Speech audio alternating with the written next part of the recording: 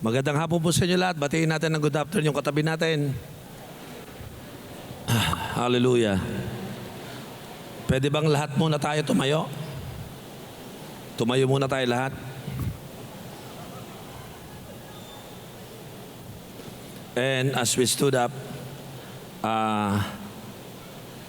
let me read the scripture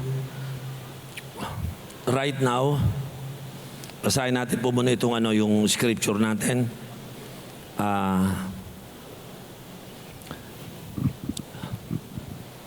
In verse 12 and 13, Isaac planted crops in that land at the same year, reap 100-fold, because the Lord blessed him. Verse 13, the man became rich and his wealth continued to grow until he became very wealthy. Verse 14, he had so many flocks and herds and servants that the Philistine envied him. Verse 15, so all the wells that his father's servants had dug in the time of father's Abraham, the Philistines stopped up, filling them with earth. Verse 16, then Abimelech said to Isaac, move away from us, you have become too powerful for us. Verse 17, so Isaac moved away from there and encamped in the valley of Gerar, where he settled. Would you like to bow your head as we pray?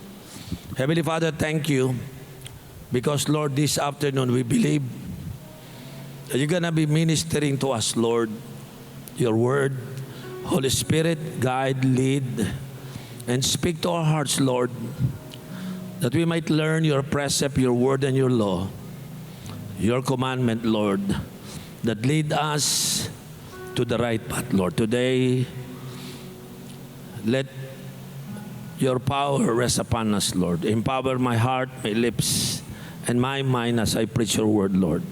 Guide us and lead us. And thank you, Lord. May you bless your people in Jesus' name. Amen and amen. Palakpakan natin ang Panginoon. Let's all be seated now. Thank you, Jesus. Magsisimula tayo sa verse 12. Okay? Pakilagay mo nga ulit yung ating verse 12. Ayan. Bago po ako magsimula, gusto ko po magbigay ng statement sa sandali pong ito. Many people believe that if I am in that place, I will be blessed. Halimbawa po, pag nasa Amerika na ako, gaganda ng buhay ko. Yung iba naman po, pag ako nag-Saudi, nag-Dubai, alam mo, lalaki sweldo, gaganda buhay mo. Because most people try to connect to the place. Kaya yung iba, ibebenta yung bahay, yung lupa, kasi gusto nilang makonect dun sa lugar na piniperceive nilang kayamanan. Alam niyo po ba, sa hapong ito, i-share ko sa inyo na ang koneksyon sa Diyos ay mas matindi sa koneksyon sa Dubai. You can never exceeded the powerful blessing of God when you are connected to God. So gusto ko munang isipin nyo ngayon, kahit wala mga Pinoy tayo, nandito tayo sa Pilipinas, basta konektado sa Diyos, kahit wala tayo sa mga environment, mga lugar na yon, maniwala kayo, pagpapalain kayo. Amen? Pangalawa, dapat alamin mo kung anong gagawin mo kung nandun ka sa lugar na kasama mo ang Diyos. I will repeat, it's not about connection to the environment. It's all about connection to God. Huwag niyong kalimutan yan. Ha? It's about our connection to God, not on the location, your job, your business. Kahit may business, may trabaho, malaki sweldo, kung wala tayong tinatawag po natin connection kay Lord, ay hindi po. Alam niyo, itong hapong ito, sa inyong pagpunta po rito, kasama po sa prayer ko na kayo ay pagpalain ng Panginoon. Pero you have to really understand paano ni Lord pinagpapala ang isang tao. Yan po ang malaga. So let me start from telling you the seed of blessing. Alam niyo po ba that ordinary obedience always lead to extraordinary harvest? Yan po yung una kong gustong ipunto sa inyo. Okay? Ang seed of blessing ay nagsisimula po sa obedience. Say that word, obedience. Obedience. Every ordinary obedience will always lead to extraordinary harvest. So read the scripture. Tingnan nyo. Isaac planted crops in that land, and in the same year reap 100-fold because the Lord blessed him. Now, I want you to notice something here. Una, Isaac planted. Okay? He did not just survive in Gerar. Huwag kang pumunta sa Egypt, mag-stay ka sa Gerar. So nag-stay siya, sumunod siya. And then dito po, he thrived. Hindi lang siya nag-stay, but he moved from passive obedience, staying, hindi lang ganun po but to actively involved on cultivating the land, and he plant. So hindi lang siya nag-stay, nagtanim pa siya. Yan po ang sinasabi ng verse 12. Because this is very important, mga kapatid. Kasi po maraming Christian, they think that obedience means doing nothing. Wrong. When you obey God, you are about to do something. Dito po si Isaac, he began to show us that obedience often means putting your hands into work. Nagtrabaho siya dito. So he planted in that land, the same land of famine. May famine dun pero dun siya mismo nagtanim. The same land where he had been afraid. Doon siya natatakot sa Gerar kasi walang pagkain, famine. Gusto niya pumunta sa Egypt. Pero doon sa lugar na kinatatakutan niya, doon mismo siya nagtanim. Ang ganda po nito. God can always flourish you even in the place where you previously struggled. Sino sa inyo nag-struggle sa lugar ng buhay mo ngayon? Minsan po doon sa mga nag-struggle tayo sa lugar, sabi niya, alam mo, taga rito ako, struggle kami. Alam mo, sa trabaho ko, struggle ako. Alam mo, sa family namin, struggle ako. Alam niyo po ba na pwede kayo mag-flourish doon sa place of your struggle? Ito yung nangyari kay Isaac. Ang place of struggle niya, yung Gerar. Dahil may famine doon Pero what I like about to share to you is that although he was in the middle of famine, he struggled on that condition. Pero alam nyo, doon po siya nagtanim. So una, nagplant po siya. Pangalawa, sabi ng Bible, the same year, he reaped 100-fold. 100-fold means supernatural. Because ang normal crops on that region, siguro nag-i-yield lang po ng 10-fold, 30-fold. Pero ito po ay 100-fold. Mas madami kaysa sa dami ng mga Egyptian. Ibig po sabihin, when God show up in your situation, 100-fold, supernatural.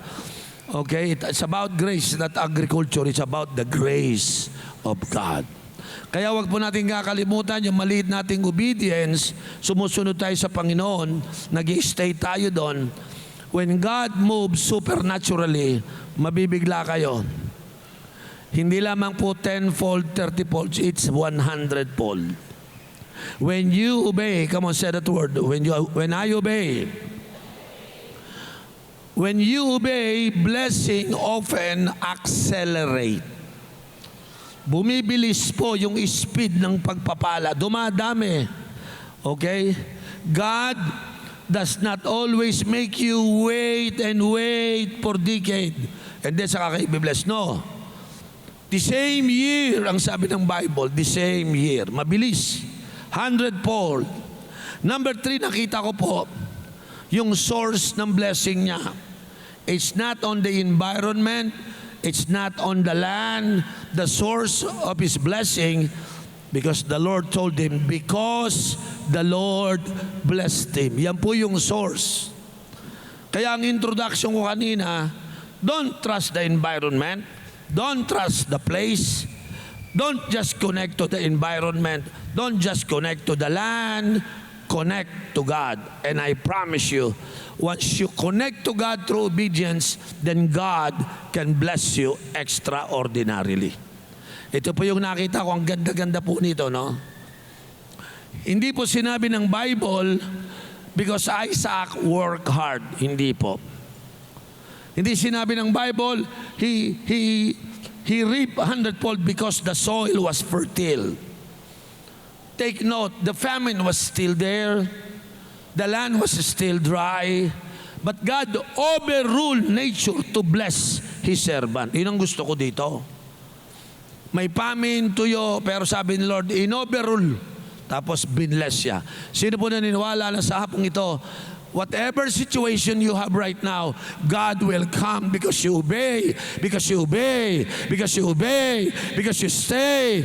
God will overrule every hindrances so that your blessing will flow in your life. So dito ko po nakakita, ino-overrule ni Lord ang nature. Walang nagawa yung dry land. Walang nagawa yung Gerar. Kasi po si Isaac, hindi siya nakakonect sa land. Hindi siya nakakonect sa environment. Nakakonect siya sa Diyos. At ang Diyos na kanyang sinusunod, pino-pour out ang blessing supernaturally. Palakpakan natin ang Panginoon. Remember this, the blessing is not from the land. Pastor, mahirap sa Pilipinas. It's not in the land. It is from the Lord. Can I have a amen? Nakikita niyong nakikita ko? It's not from the land. It's from the Lord. I find out that this famine cannot stop the blessing of provision of the Lord. Remember this, whatever environment that you have, it will never limit your God. Pastor, may trabaho kaya lang, minimum wage lang. Hindi malilimitan si Lord. Basta mag-obey ka lang. Basta sumusunod ka lang. Imagine mo, walang nagawa yung famine. Sumuko yung famine. Sumuko ng blessing yung lupa. Why? Because Isaac obeyed the Lord, and because he obeyed the Lord blessed him. Mga kapatid, wala sa lupa. Nasa connection natin sa Diyos. Sino sa inyo, feel na feel mo ngayon na ikaw ay konektado sa Lord? Kahit nasa lugar kang mahirap, kahit nasa trabaho kang mahirap, kahit nasa pamilya kang mahirap.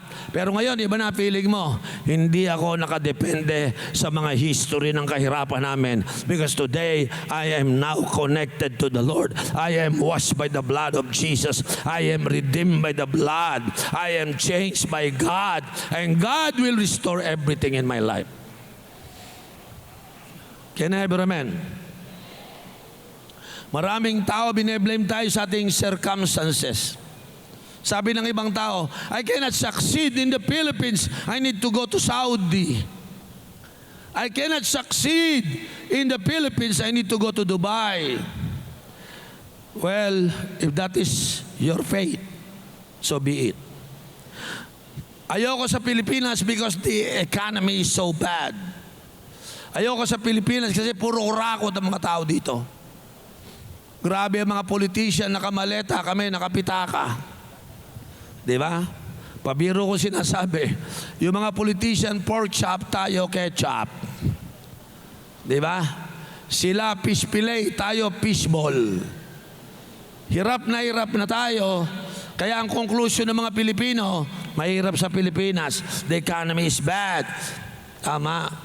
Mga kapatid, the Bible said, in the middle of the famine, bad condition, bad environment, Isaac planted in a famine area. And as a result, he reaped 100-fold. Amen? So ang question ngayon pala is not whether your environment is favorable. The question is God present in your life? Yun ang tanong.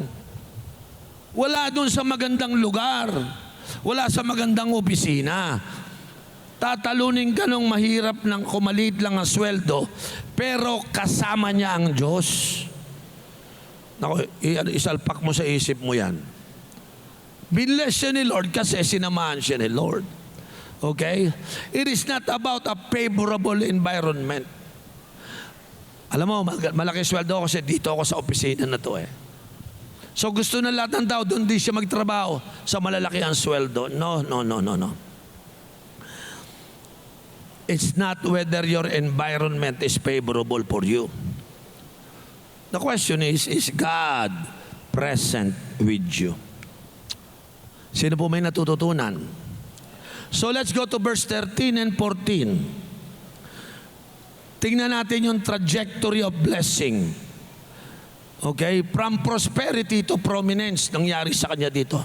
Now look at verse 13 and 14. The man became rich and his wealth continued to grow until he became very wealthy. He had so many flocks and herds and servants that the Philistine envied him. Yan po yung binabasa natin. Notice the progression. May papakita akong picture sa inyo para makita nyo, ha? Ulitin ko, wala sa lugar, nasa connection natin sa Diyos.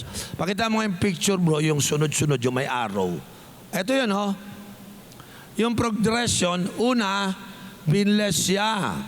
Tapos, naging rich siya. Tapos, naging wealthy siya. Tapos, naging very wealthy siya. Kaya lang sa bandun dulo, kinainggitan siya. Ayokong tanggalin yung dulo. Are you listening? Do you know that your success has a way of accumulating attention? No one can succeed silently. You cannot be blessed quietly forever. Eventually, people will notice your blessing, I promise you. And eventually, when that blessing become visible. Kasi ganito he become rich, then he become wealthy, tapos naging very wealthy. Matunog yan, maniwala ka. Ang lakas ng sigaw niyan. And this is the hard truth. Minsan yung dulo, ito yung problema, yung salitang envy. Say that word, envy.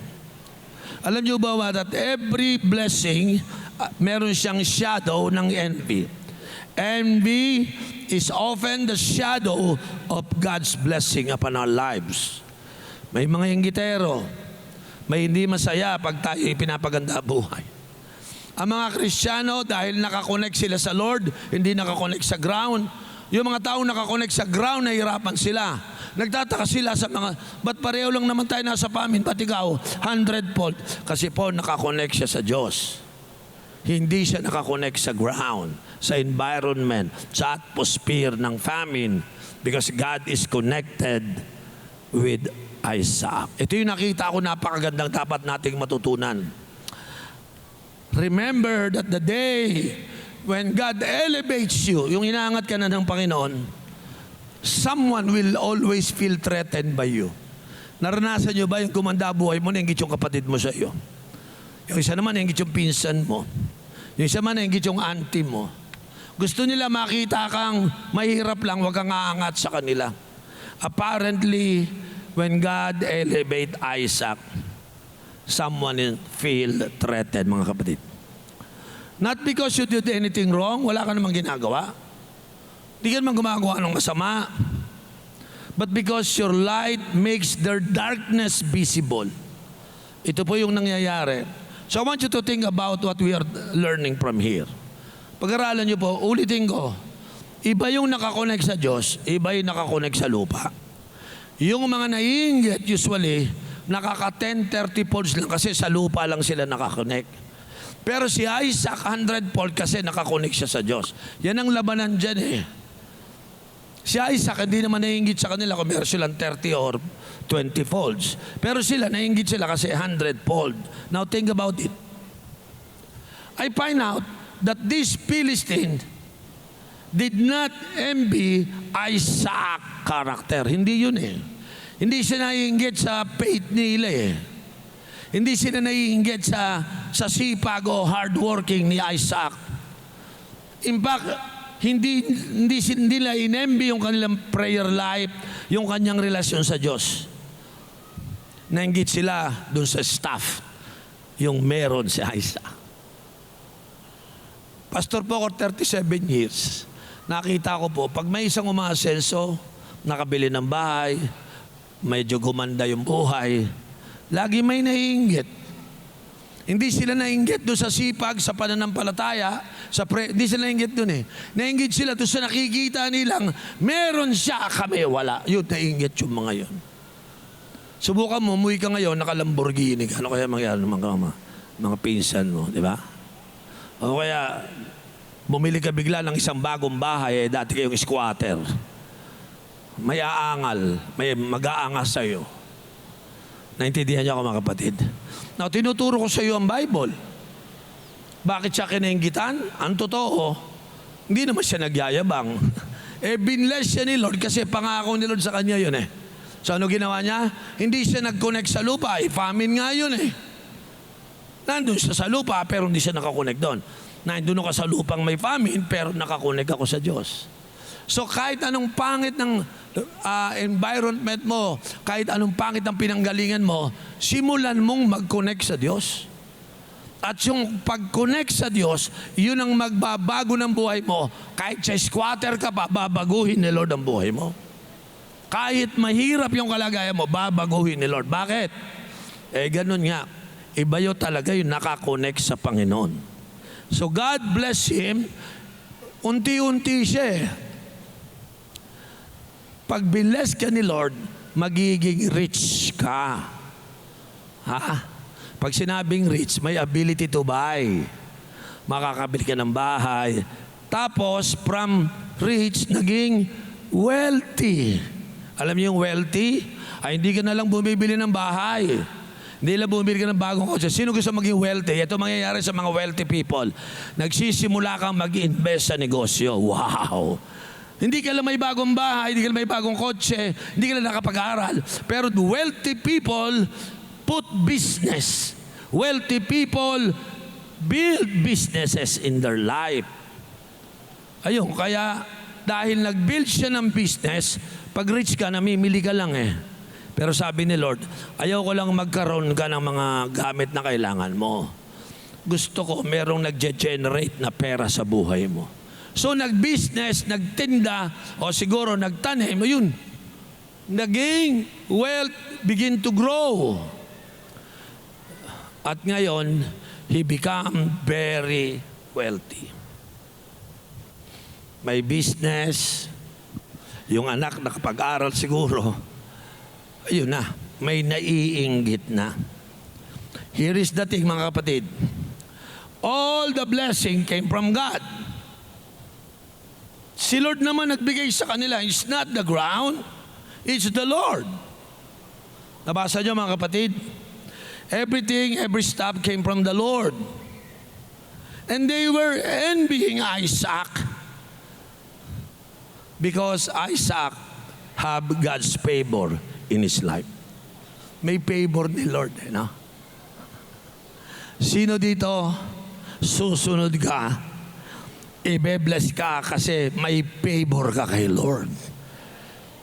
Taas yung kamay na gusto mo, Lord, bigyan mo ako ng favor. Lord, ano yung favor? Lord, yung lupa ko, tuyo, walang tubig. Pero bigyan mo ako ng favor.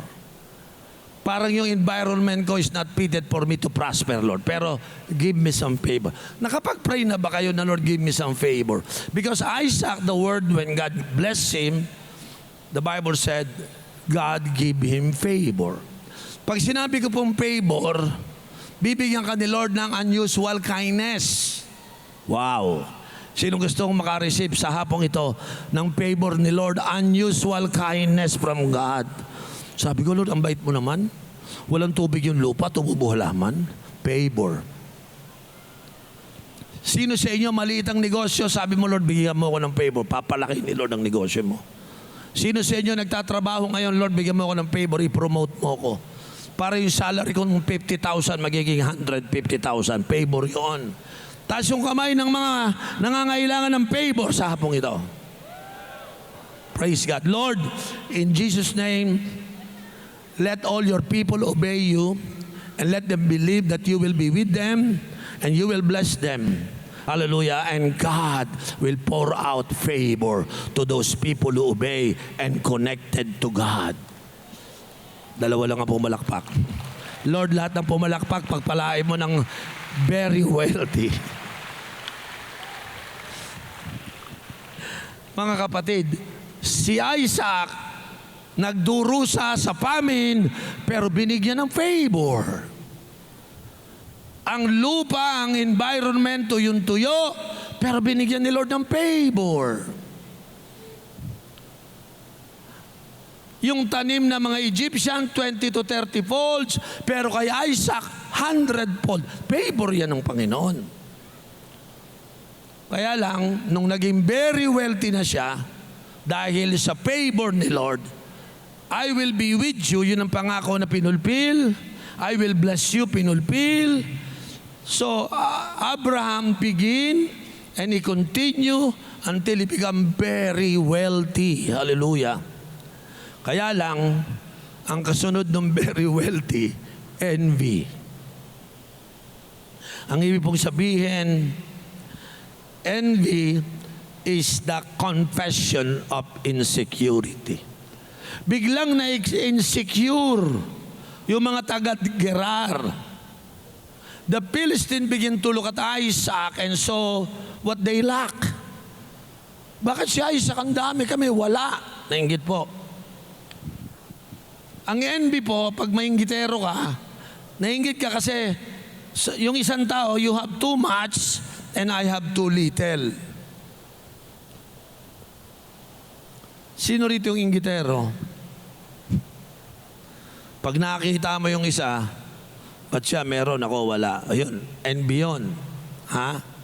Bakit ang dami niyang blessing, ako wala. Inggitero yun. Alam niyo po, pastor ko ng 37 years, nakakita po ako. Mga manggagawa, mga pastor, pag may binebless, may naiinggit lagi. Wag ko natin gagawin to.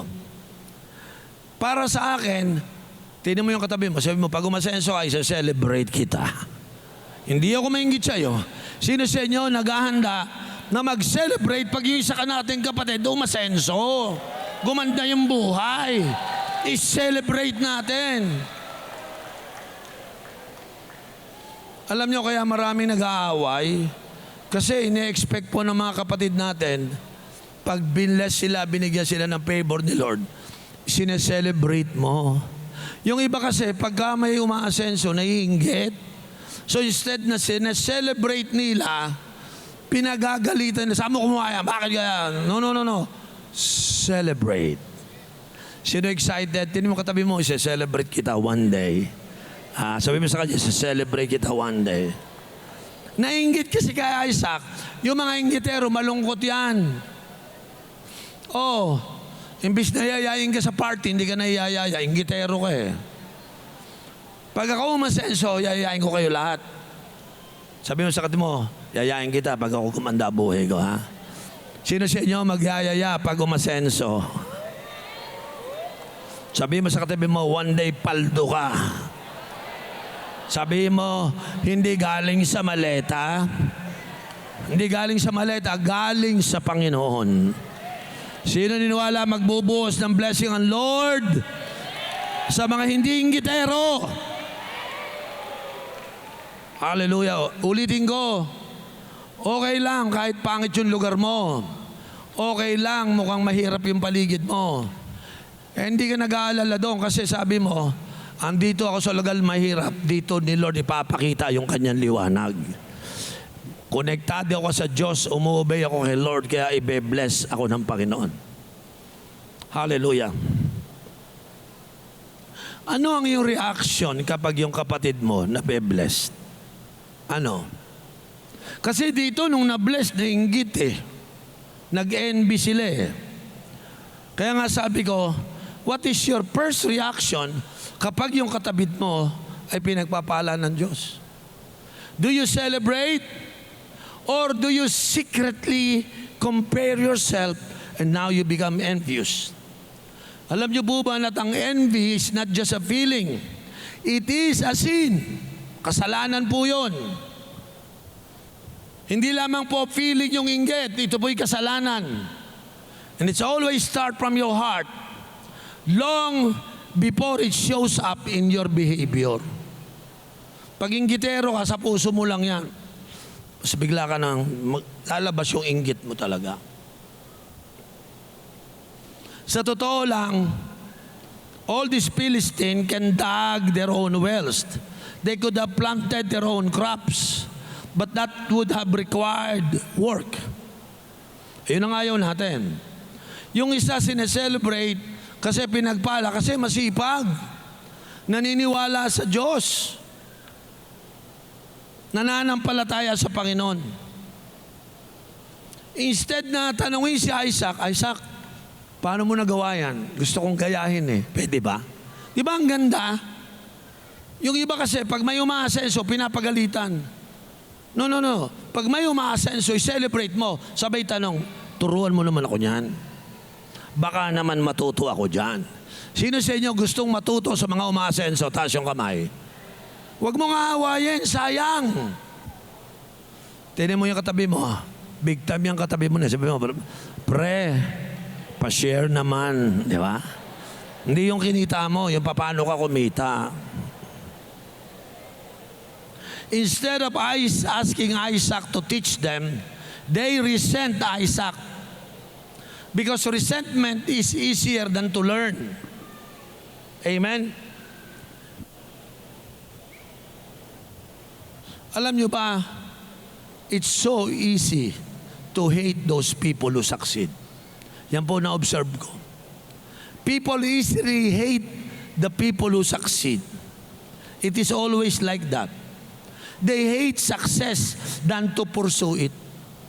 Kaya nga sabi ko, pag nakakakita kayo ng umasenso, huwag kayo maingkit. Lapitan mo. Uy, alam mo, ang galing mo. I celebrate your success. Turuan mo naman ako. Ano ba technique mo dyan? Di ba? Kaysa, sa mo kinuha yan? Bakit ka ganyan? Ah? No. Sino sa inyo willing matuto sa isang successful person? Alam mo dito sa Dulos, maraming successful dito. Huwag mo nang tirahin, huwag mo nang kainggitan. Sabihin mo, paturo. Tsaka yung mga successful, pag sinabi mong paturo, excited magturo yun. Kasi mga Christian tayo, we are willing to help them. Hallelujah. Sino gustong matuto ng negosyo? Sino gustong kumita? Sige, ganito. Simula muna tayo. We begin to do something good. Yan lang muna. Then, continue. And then you become rich. And when you become rich, you continue doing the right thing. Until you become very rich. Hallelujah. Very wealthy.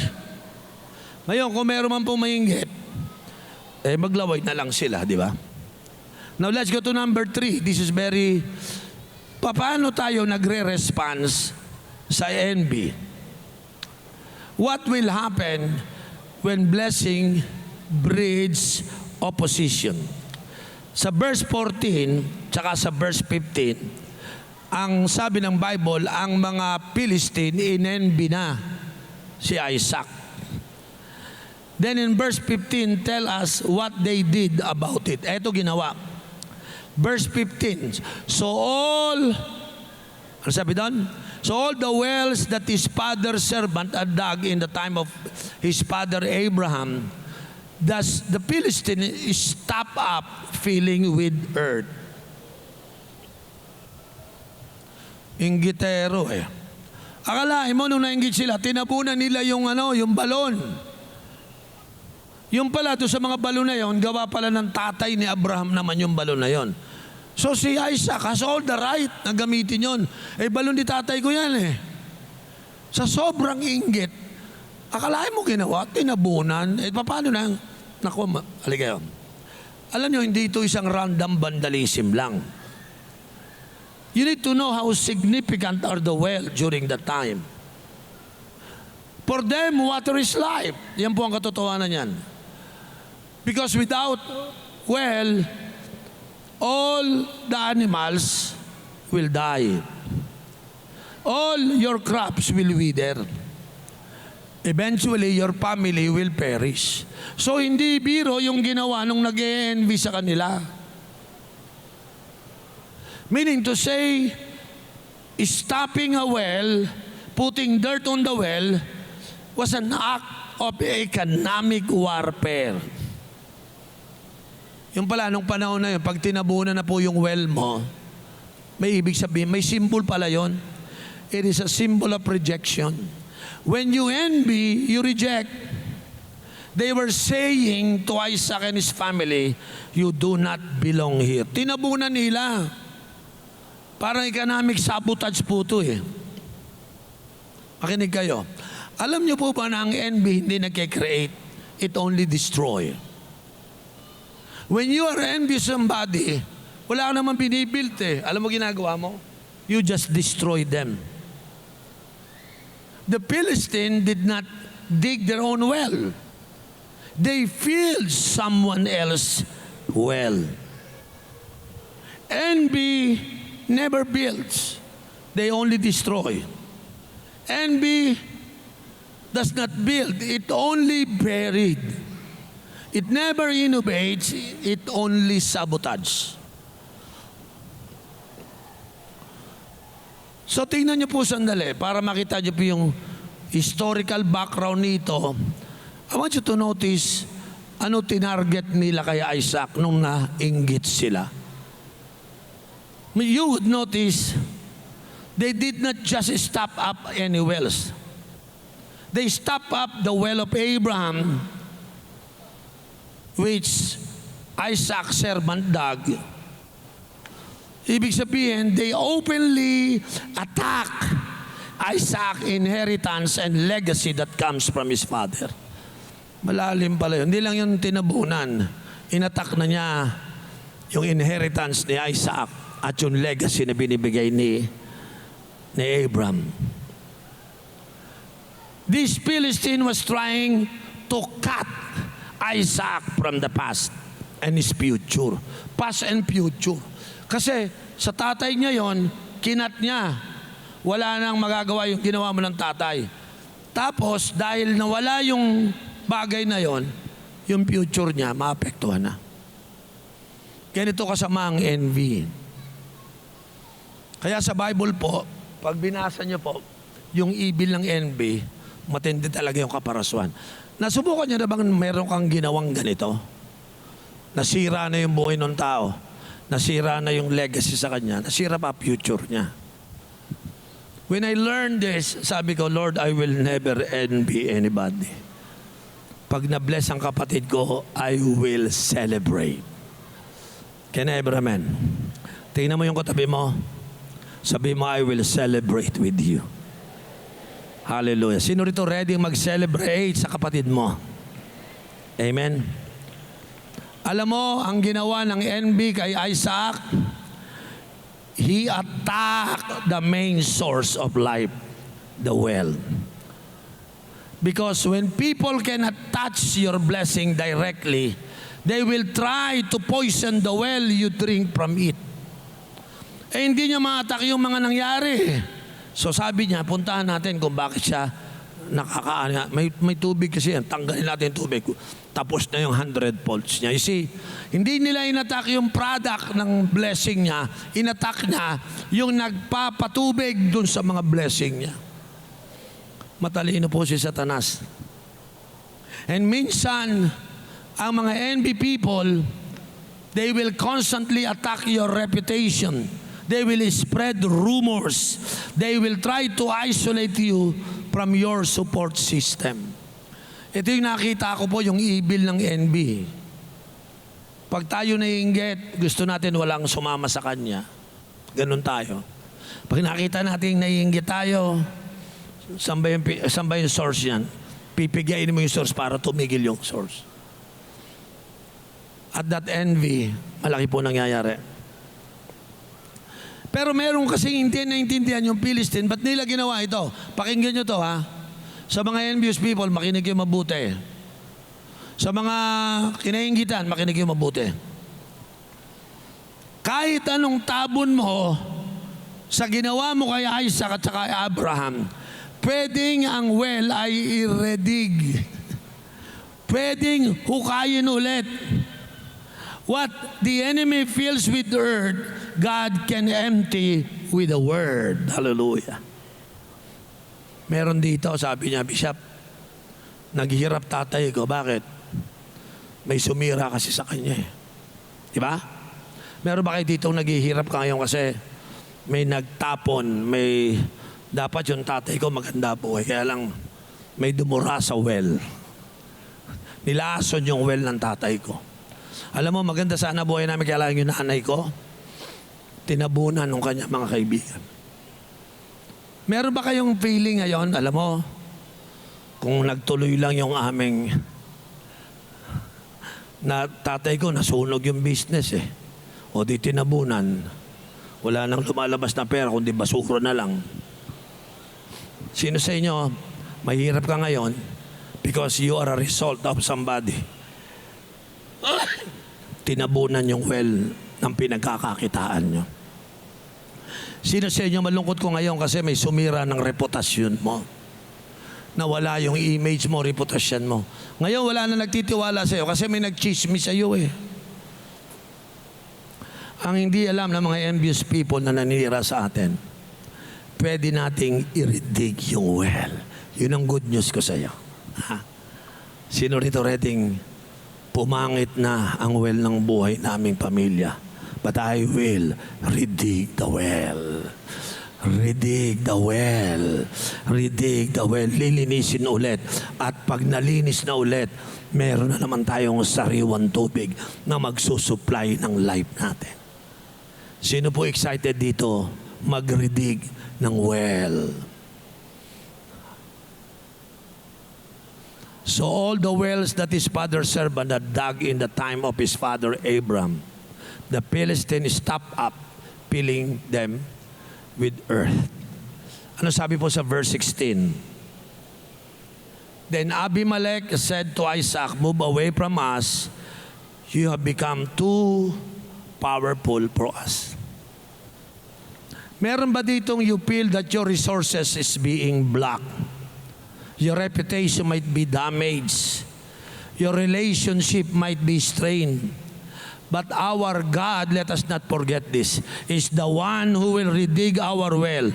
It means He can restore back what the enemy tried to destroy. Pwedeng i-restore ni Lord. Sabi mo sa katabi mo, humanda ka sa restoration ng ating Panginoon. Sino excited receive ngayon? I-restore ni Lord ang buhay ko. Hindi naman talaga tayo mahirap eh. Tinabunan lang.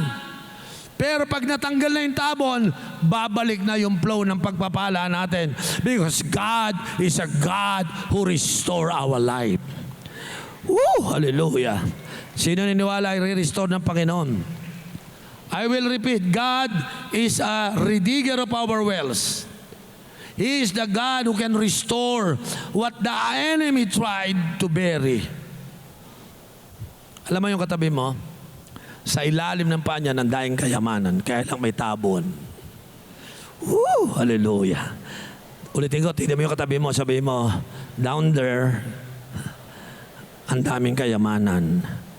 Sino sa inyo, simula sa araw na ito, you gonna redig your life because you believe something is there. Matagal lang sa atin. Matagal lang nandyan lang yan. Meron nga lang black, meron nga lang tabon, pero sa araw na ito, tutulungan tayo sa magitan ng salita ng Panginoon. Huhukayin, ang huhukayin, ang huhukayin, hanggang magsilabasan yung tunay na kalagay na pagpapala sa ating buhay. Amen? Palakpakan natin ang Panginoon. Verse 16, then Abimelech said to Isaac, move away from us. You have become too powerful for us. Now, ito yung pinaka-surprising part of the passage. Sabi ni Abimelech, move away from us. You have become too powerful for us. Sabi po ng Bible,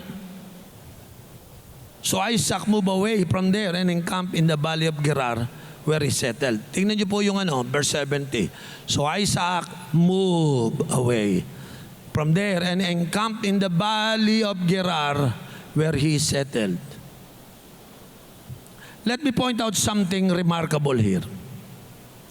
Number one, si Abimelech, he never attacked Isaac. He never sent his army. Hallelujah. He never sees Isaac property and flock. He just simply said to Isaac, Isaac, I want you to move away from us. You have become too powerful for us. Ito po yung king, ina-admit niya that Isaac is strong. He is essentially saying to Isaac, we cannot handle your presence. We cannot handle your blessing. It really makes us uncomfortable. You need to leave now. Sino gusto makaranas ng ganitong blessing? Yung hindi na ma-handle ng mga tao yung super blessing mo. Hindi kakayanin. Alam mo, may mga tao dito, pag pinagpala kayo, hindi ma-handle ng kamag-anak mo yung blessing mo. May maiinggit talaga sa'yo. Apparently, this king cannot handle the blessing. He feel uncomfortable until he said to Isaac, you need to go now. Makinig po kayo, pag kayo yumaman, you become very wealthy. Sometimes your presence intimidate people who are not ready to celebrate you. Na-challenge siya, mga kapatid. Kaya ang request po nito, leave. The request of Abimelech is for you to leave Isaac. It is not a picture of failure. It is a reflection of their fear. Natatakot sila. Alam niyo ba, pag pinagpapala ni Lord ang mga tao, maraming natatakot? Ulitin nga yan, ha? Marami talagang natatakot pag pinagpapala ni Lord ang mga tao niya. Now, watch Isaac. Tingnan niyo kung ano ginawa ni Isaac. He does not fight. Hindi siya nakipaglaban. Hindi siya nakipaglaban. He doesn't demand his right. Wala po, hindi po. He don't even appeal to the king or argue about fairness. Hindi po. He simply moved. Umalis na lang siya. Is this weakness? Is this cowardice? No. This is wisdom. Makinig po kayo mabuti. Wisdom knows when to stay and knows when to move. Yan po yung wisdom. We know when to leave because sometimes staying in a place where you are resented is not faithfulness.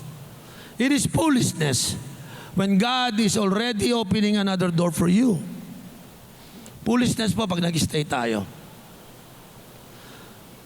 So, when Isaac moved, Isaac did not retreat in defeat. He relocated his trust. Madaling umalas. Alam niyo kung bakit? Sabi ko nga sa inyo hindi naman siya konektado doon sa ground sa lupa. Konektado siya sa Diyos. Yung blessing mobile. Yung enemy local. Yung enemy mo, iwanan mo dyan na lang, hindi makasunod yan. So don't bother with your enemy. Let them stay there. When you move out, the blessing of God will move with you. So madali, pwede akong miwalay sa iyo, pwede kang mawala sa akin. Kasi hindi lang mawawala ang Diyos sa buhay ko. So here, he knew, si Isaac, that God will bless him in one place and also God could bless him in another. Alala ni Isaac that all the blessing that I received was not attached to Gerar. It was attached to the Lord. Laging ganun, paulit-ulit sinasabi ko Ang attachment ng blessing kay Lord, hindi sa lupa. And let me tell you something that might set you free today. May time po talaga, you do not have to stay everywhere where you ever been before. Minsan, hindi mo kailangan mag-stay sa opisina mo ng habang buhay. Hindi dapat mag-stay ka habang buhay sa kaibigan mo. Some doors close because God is done with that season. Tapos na yung season ni Isaac sa Gerar, sa lugar na yon. Sige, alis ka na. Because some relationship and because God is protecting you. Ako po, 37 years, marami ko mga kaibigan pastor. Pero may mga pastor nung humiwalay din sa akin. Pag humiwalay, ang basa ko lang ganito. Tapos na yung season namin dalawa together. May iba na siyang door, may iba din akong door. So masaya po ako. There is always happen like that. You need to move out. You need to move. Amen? Because God is protecting Isaac. God need to protect your church. God need to protect your job. Amen? Some place, you're not part of that one day. Because God need to move you to protect you. Amen? So the Bible said, Isaac settled in the valley of Gerar. That word means he encamped again. He did not build a fortress. Tent lang ulit ang ginamit niya. He held his plan loosely. Pag alis niya doon muna tayo. He was willing to move again if God said move. Sa next week, mapag-aralan natin yung verse 18 to 22. Maganda po yun. In conclusion, therefore, the blessing is portable. The enemy is local. The enemy of Isaac thought that they could stop Isaac by stopping his well and sending him away. But they did not understand these things are crucial. Isaac's blessing was not attached to Gerar. It was attached to God. Sabi ng kalaban niya, pag nawala na siya dito, barado na lahat ng well niya, wala na sa atin. Wala nang mangyayari sa kanyang buhay. Ang dami nagsabi sa kanya, pag nawala to kay Bishop Oriel, pag nawala to, wala na rin siya. Hindi naman ako pinagpala dahil sa mga nawala sa akin eh. Pinagpapala ako ng Diyos kasi nakakonect ako sa Diyos, sumusunod ako sa Diyos. So hindi tumitigil ang blessing. Amen? Be sure that your blessing was not attached to a place, to a boss, to a job, to a relationship. Be sure that you are attached to God. Yan po ang susi niyan. Can I have amen? You cannot send away someone who is attached with God. Maniwala po kayo. Because God will go with someone who is attached to God o nakadikit kay Lord. Amen. You can close the door of this blessed man, of course. But you cannot close heaven. Pwede mong saraduan siya, barahan. Nababarahan ba langit? Hindi mo so bubuhos pa rin ang pagpapala. Sabi nila, tabunan natin ang balon. Balon tatabunan mo para mawala na yung blessing. Hindi naman natatabunan ng langit. Pag nagbuhos si Lord ng pagpapala, kahit walang well, bubuhos ang pagpapala. I can tell you, you can always fill wells, but you cannot stop the living water. Iyan po ang katotohanan yan. So in this passage, next week, pupuntaan natin to. So this is the principle. Do not waste your energy fighting over wells. That is always have with conflict. Just keep digging, keep moving, keep trusting, because the right place will be upon you. So dito po ako magwawakas bilang final challenge. Dito na tayo. Sino sa inyo nalulungkot sa famine in the land ng buhay mo? Kasi iniisip mo palagi, famine in the land eh. Dapat ganito isipin mo. Regardless of the famine in the land, like Isaac, I will receive that covenant that God is with me and God will bless me. I will never disconnect my life to God. People will do everything they can to cut me from my covenant with God. I will never cut my relationship with God. I will keep on connecting to the true source of blessing. Mga kapatid, ang well na babarahan, ang langit walang makakabara. Ang mga tao stop ang blessing mo, sisirain ka. Pero paano mo pipigilan kapag ang Lord ang nag-bless na? Hallelujah. Walang makakapigil. Tingnan mo yung katabi mo. Sabihin mo nga sa kanya, walang makakapigil ang pagpapala kung sumusunod ka. Hallelujah. Pwede man tumayo tayo lahat ngayon mga kapatid. Palakpakan natin ang Panginoon.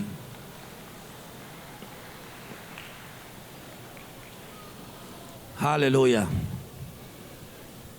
Gusto ko po sabihin sa inyo, Sa hapong ito, your blessing does not depend on your environment. It's not depending on my environment. Nakadepend sa aking Panginoon. Sino sa inyo natabunan ngayon? Sino sa inyo nararamdaman mo parang may nainggit kasi sa pamilya ko natabunan kami. O kaya sabi mo yung trabaho ko, I lose my job kasi may nainggit sa akin Alam mo, isang malungkot na nakakausap ko mga nagtatrabaho. Yung umalis na lang sila sa trabaho nila kasi may sumisira sa kanila.